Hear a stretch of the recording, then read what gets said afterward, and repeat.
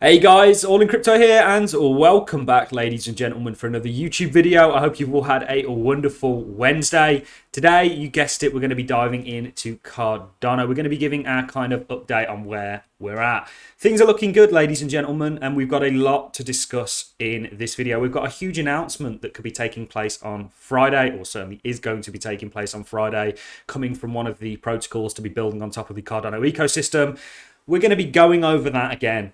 Looking at other DEXs, really emphasizing the fact that when we have a DEX, a lot of ADA is going to get eaten up into it. And with a large amount of Cardano already staked, you know, this is going to be a huge reduction in the sell pressure. There's an absolute storm brewing. Not only is it a huge reduction in the sell pressure, it's actually a massive increase to the buy pressure, because people are going to need ADA to interact in the same way on Uniswap. You need Ethereum, or typically it's the biggest trading pair. Or for PancakeSwap, which runs on Binance, you need the BNB token, or Terra, and so on and so forth. SundaeSwap's going to be similar. So people are actually going to be buying up Cardano to use it to swap and get into some of the tokens that perhaps aren't on centralized exchanges, and so on and so forth. I'm so ready for Cardano's DeFi. It is unbelievable. We're going to get into the announcement. This is from ADAX. Now, ADAX is another DEX. So SundaeSwap are on their testnet. Charles and a number of other people had said that they were expecting it before the end of the year. So we will see. It still could happen. We've essentially got 8 days, or 9 days, sorry, until the end of the year. So still plenty of time for them to roll out their mainnet. But ADAX essentially have an announcement coming out on Friday in 2 days' time, which could potentially, doing a little bit of speculation here, see them actually launch their app. Now, we know you can already get the tokens on X Markets. Not a big fan of that exchange at all, although I personally own ADAX. We've seen a lovely little pump really on the back of this announcement. So could this be them launching their mainnet? I'll very quickly tell you what makes me think potentially it could be. Within their sort of phases, there isn't a testnet. So you've got here, for example, Q3 2021. We know that blockchains are famously late. Better late than never is what I say. Liquidity framework development, swapping framework development, official launch of the platform. So there's no testnet anywhere in here, ladies and gentlemen. So I take it that they've done this privately. Certainly, I've had no words of the testnet. ADAX is another DEX token that I own. They're doing things in a slightly different way. They've got some pretty good backers, so on and so forth. And I think ADAX right now is at $25 million in terms of market cap, so a lot of room to grow, certainly with almost half of the token supply already issued and in circulation, which is a good thing. So we're going to get into a number of things other than that. We're going to be diving into Cardano and doing a little bit of technicals. This is something that I really want to do with you, and I'm going to show you a couple of charts, and I'm also going to be touching on what we spoke about yesterday.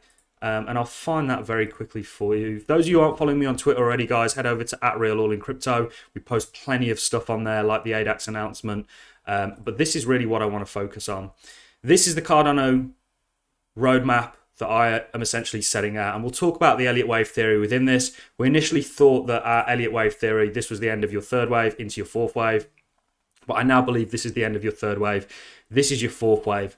And we're going to see that fifth wave. We've not even embarked on it yet, whereas previously, not only myself, but many other people out there were calling for this as the first and second wave within the fifth wave. So we'll get into that. Let's talk about the short term.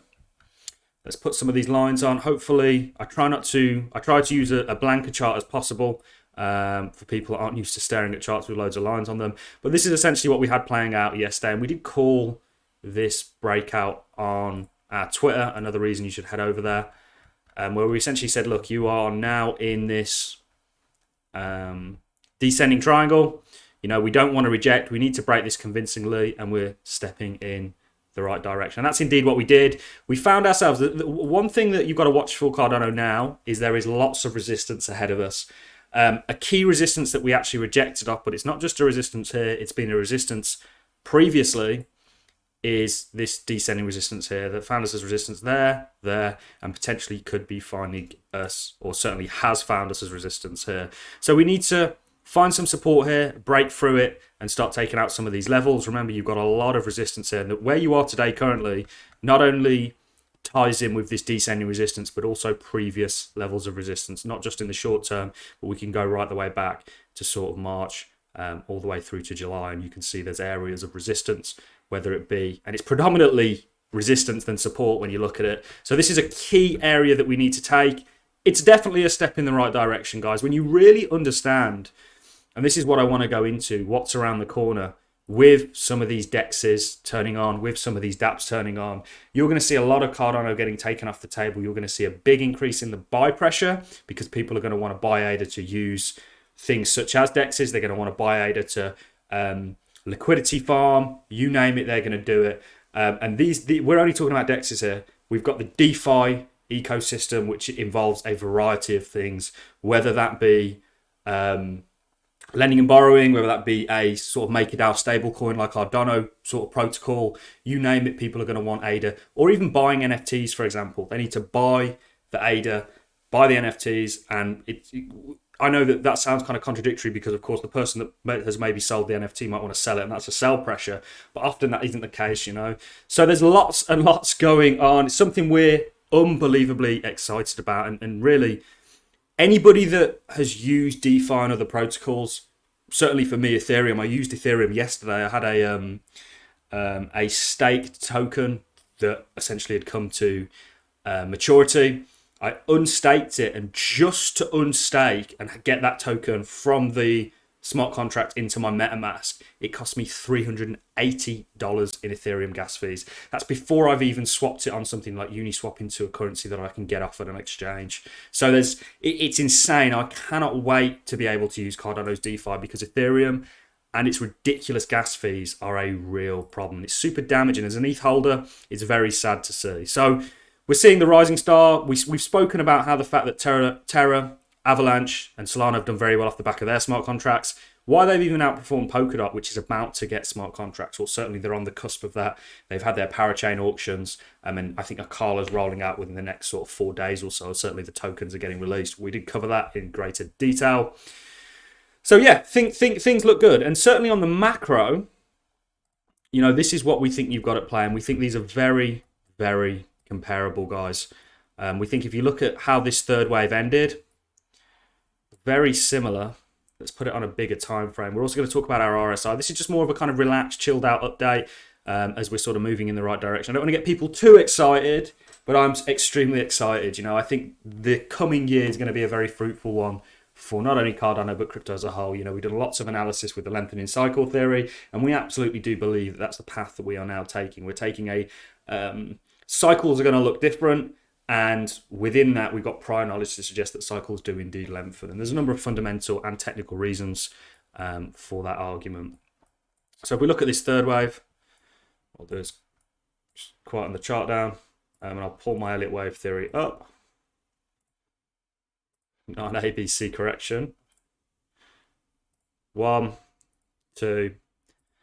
And this is where we originally had our third one. I'm covering this because this chart, you know, when you first put these sort of analysis out, often they're kind of ignored and people go, yeah, okay, whatever. But within time, they become very, very relevant. And this is what we originally had. What I now essentially think is that this, bear with me guys, was the end of your third wave. This was your fourth wave. And we're now about to embark on that fifth wave that I believe could easily take you towards $10 if this does indeed play out. And I think there's a lot of similarities between the third wave here. Can you see this with a high? And then the marginally higher high before a longer corrective, almost retracing the entire move of this impulsion before you get that continuation. I think this is a very a kindred and similar schematic that we're looking at. And I can show you it on my Twitter very quickly. So this is of course, we've got the day mode on here, Cardano chart, where we've kind of replicated the schematic, and you can see they're very similar. Certainly, in my opinion, it's up to you guys. Have got to make your own opinion. You guys have got to make your own opinions up and come up with your own sort of investment strategy. So that's what we're looking at. Super, super excited. Remember, we got a lot of resistance ahead. This is conditional. So what I mean by this is the market conditions have to be there, i.e. Bitcoin has to be playing ball. And we do think Bitcoin will play ball. You know, we're very bullish on crypto as a whole. And that brings me on to my next point, We like to drop little kind of macro things in relation to where the space is going in on this channel. And this is another one. We showed one yesterday, which was a newspaper article kind of passing the internet off as a fad. But this is essentially a technological revolution illustrated with the technology and them evolving. And you can see this is comparable with the crypto space being a technology and a technological revolution. And we're very early on that journey. You know, nobody back here would have thought that everybody would have a phone or that, you know, they'd be a huge part in day-to-day life. I mean, look at where we are today, guys. And this is the kind of journey I think crypto's on. I think we're yet to be adopted as a technology. And I think $2.3 trillion is a very small market cap that has a lot of room to grow. So that's really all I have for you in the video, guys. It was just a real short and sweet one. It's been a long couple of days for me. We've been doing lots of different things. But this announcement could be huge, and this could actually potentially see the first DEX launch. I know we've got that other DEX that's partnered with Bitcoin Cash, but this potentially, and it does work. I have used it to actually get into some very small, shameful coins. But this could be one of the first sort of major DEXs that we have launched if Sunday Swap don't beat them. And remember what this is going to do to the underlying token. For example, with Uniswap, lots of value gets locked into these protocols, and just in Ethereum alone, 1.5 billion dollars gets, or sorry, 1.25 billion dollars is taken off the table and locked into this protocol in the forms of liquidity, and so on and so forth. I'm going to leave you on that note, guys. Enjoy the rest of your Wednesday, and I'll catch you all in the next YouTube video. Thank you very much for watching.